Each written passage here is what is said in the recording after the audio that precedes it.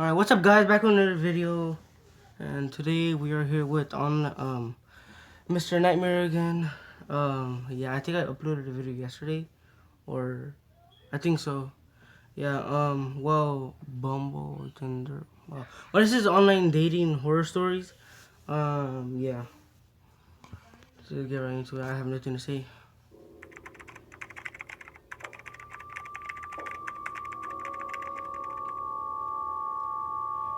If you guys haven't gone inside of my Discord, it's in the link below. I subscribe and After breaking up with my first girlfriend when I was 21, I had been single for about a year. It was the first time I had been single in years, so it took some getting used to again. Eventually, I decided it was time to get back into the dating scene, so I started downloading a bunch of dating apps. So yeah. One of the apps I downloaded was OkCupid, which was the one I used the most. I vibed the most with one girl I matched with named Brenna. Based on her interests and biography, she was into a lot of things I was into. She was a very pretty, light-skinned black girl. We had talked for a while and agreed that I would pick her up at her place to go out and get food.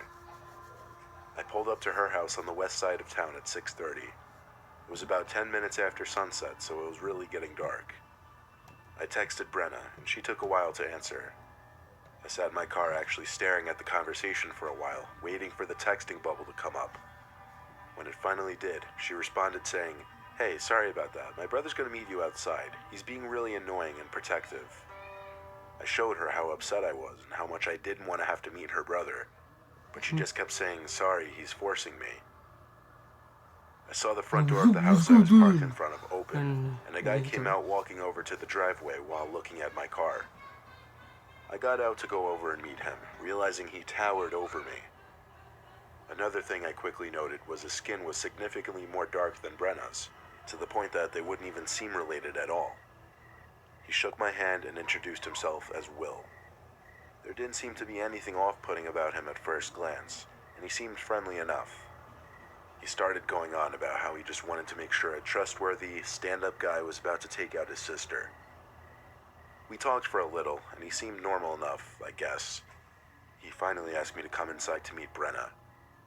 He led me into the house and shut the door behind me. He told me to wait right there in the living room while he went upstairs to get Brenna. As he went upstairs, I looked into the living room to realize there were two men sitting on the couch, both giving me a certain kind of look I just didn't like. I said what's up to them. One of them just slightly nodded his head, but just barely. Will from upstairs called down that he's trying to find Brenna, which was odd. I turned to look at the room adjacent to the living room, which was the dining room. To my surprise, there was another man sitting at the dining room table, also staring at me. Instinctively, I stepped back and reached for the doorknob without even turning my back to the three men. One of them screamed, "Grab him," as they saw me reach for the door. At that point, I flung the door open and ran to my car. They weren't far behind. In fact, I made it into my car with only maybe a second to spare before they were outside my doors, kicking and hitting my windows, trying to break them. I was able to drive away down the block, but keep in mind this was on a public residential road. I have no idea how it didn't cause more of a scene out on the street. I made it home to tell my mom and dad what happened, still out of breath.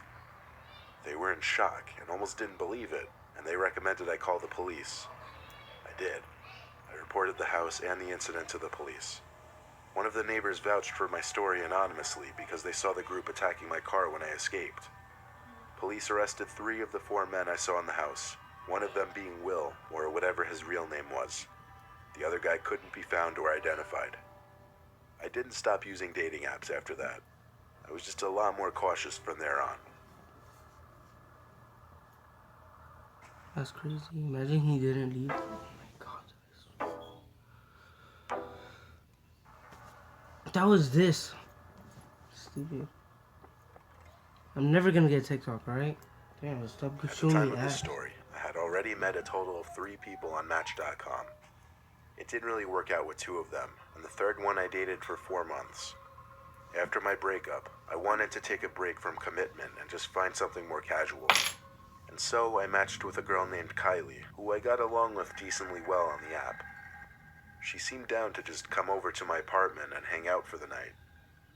She showed up about half an hour later and seemed really quiet in person. we hung out in my room in the upstairs of my apartment for most of the night. We just talked for a while watching TV in the background. There were a bunch of awkward silences, but I did my best to fill them with new conversations.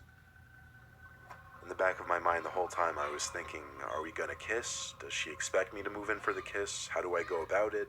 But This hours of dude. talking later, I started to realize there was something wrong with this girl. She became increasingly more emotionless.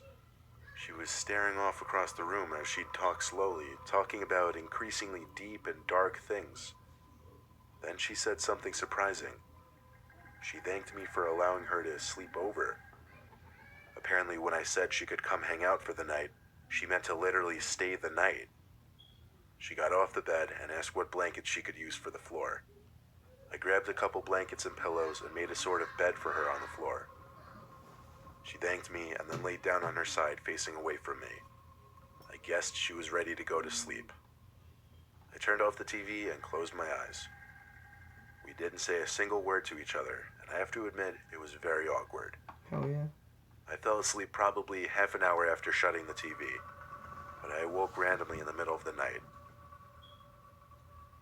I sat up and looked down at the floor and was able to see that Kylie didn't appear to be laying on the floor anymore. I flipped on the lamp and looked around the room. She wasn't anywhere actually, but just then I heard a voice downstairs. It sounded like it could be Kylie. All the walls in my apartment are paper thin, so noise travels quite easily throughout it. I quietly left my room and stood at the foot of the top of the stairs, listening for what Kylie could be saying. All the lights upstairs were off, but she was talking in a low voice. I just couldn't tell for sure what exactly she was saying. I figured she was on the phone with someone, but still, I went downstairs to check. I stepped into the dark kitchen, and there she was. But she wasn't on the phone. She was just creepily sitting in one of the chairs facing the wall. She seemed to still be muttering to herself. I was frozen. All I could say was, Kylie? She turned her head to me slowly, looked at me for a few seconds, then turned back to face the wall. I went upstairs quickly to my room and crawled into my bed to call my dad. I had to call at least 3 times before he finally picked up, obviously sounding concerned. I told him in a quiet panic that some random girl from online was staying the night, and now she was sitting in my kitchen muttering to herself like a crazy person. He sounded confused as hell, but told me to call 911 if she seemed like she was having some kind of episode to safely get her out of there. Then I looked up and noticed a figure standing by my bedroom door in the dark. It was Kylie. All I saw was the outline of her skinny body. She stood there for maybe 10 seconds. All I heard was my dad on the other end of the phone saying hello over and over. The next thing I saw was the silhouette of Kylie at my door suddenly charge at me in my bed as she began to scream. She lunged at me and put her hands around my throat, trying to choke me. However, I was able to quickly overpower her and hold her down against the bed. I screamed at my dad to call the cops. I was able to drag the insane girl downstairs by the time the cops came. The cops took her away to fill out a few documents. I think it's safe to say that you should always meet people from websites and apps in a safe, public place first. Oh shit. You ain't gonna stay in the house? What the heck? This nigga is dumb. Oh my god, dude. How much ads does this guy put? Oh my god, dude. The ads are on me. Get off me. No, stupid. This is a stupid ass ads, dude. I've been single most of my life. This guy However, puts I've so used much apps ads. like Tinder or Badoo just for fun for a long time. Yike. Have I met some weird people? Yes. But nothing could have prepared me for what happened in February of 2014. Dead of winter, the time of year that these apps are perhaps most useful if you're just looking for casual fun when you can't have fun outside. I was using the app Badoo, and at any given moment I would be messaging at least 5 different girls, only because I'd know 9 out of 10 conversations would end up dying. One conversation kept going strong, however. The girl's name was Maria. Every time I'd hear that triple note ding, a notification from Badoo saying, Maria sent you a new message, I'd actually get a little excited. I asked if she was down to hang out tonight. She wrote back yeah, and asked for my address. Oh my god. I gave it to her without hesitation. She said she'd be right back. I said, wait, give me your number so we could text. But she didn't respond. After a few minutes, it said she was offline. The app did that when someone wasn't active for a few minutes. So I figured it'd be back soon, and I patiently waited while going back to watching TV. I kept routinely checking the app to see if she came back online, but she stayed offline. An hour passed, and now it was getting a bit late for her to even come over.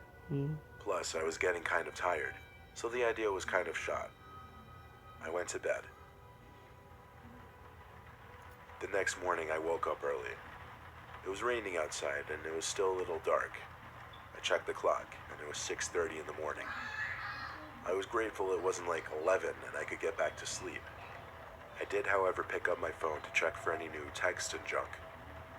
I saw a few notifications from Badu, actually. Maria had messaged me a few times. I opened the app as I rubbed my eyes. She said, "Hey, I'm coming now," at like 3 a.m. Then at like 3:20 a.m. it said, "I'm here." At 4 a.m. it said, "I'm watching you." I noticed it said she was online too, and then the triple tone sound beeped, meaning I got a new message from her. It said, "How did you sleep?" My heart started to race, and I felt a feeling of unease in my chest and in my head. I right away looked out the window to see if anyone was hiding in the bushes outside. Then I shut the blind. I typed back, "Who the hell is this?" 10 seconds later, I got the disturbing message, "Check your closet and find out." I looked across my room to the closet door that I know was closed last night. The closet door that was now cracked open. I was so shook I almost couldn't breathe. Then the door pushed open ever so slowly, revealing the dark inside of the closet. I started screaming for my dad. I had to run past the closet to leave my room. As I got to my dad's room to find the bed empty, I had completely forgotten he wasn't home for the weekend. My older brother was home though, and he came rushing to see what the commotion was, to which I told him to check the closet with me.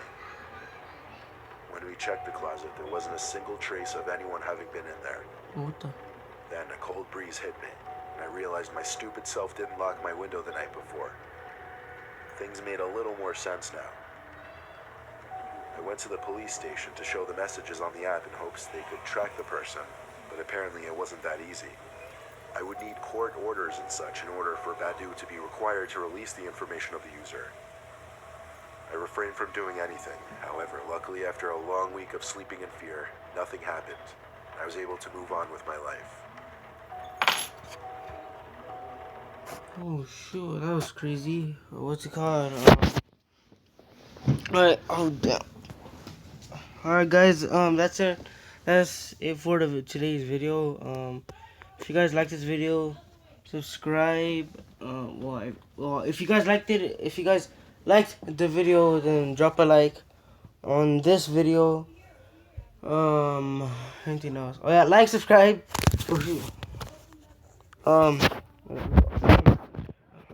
Yeah.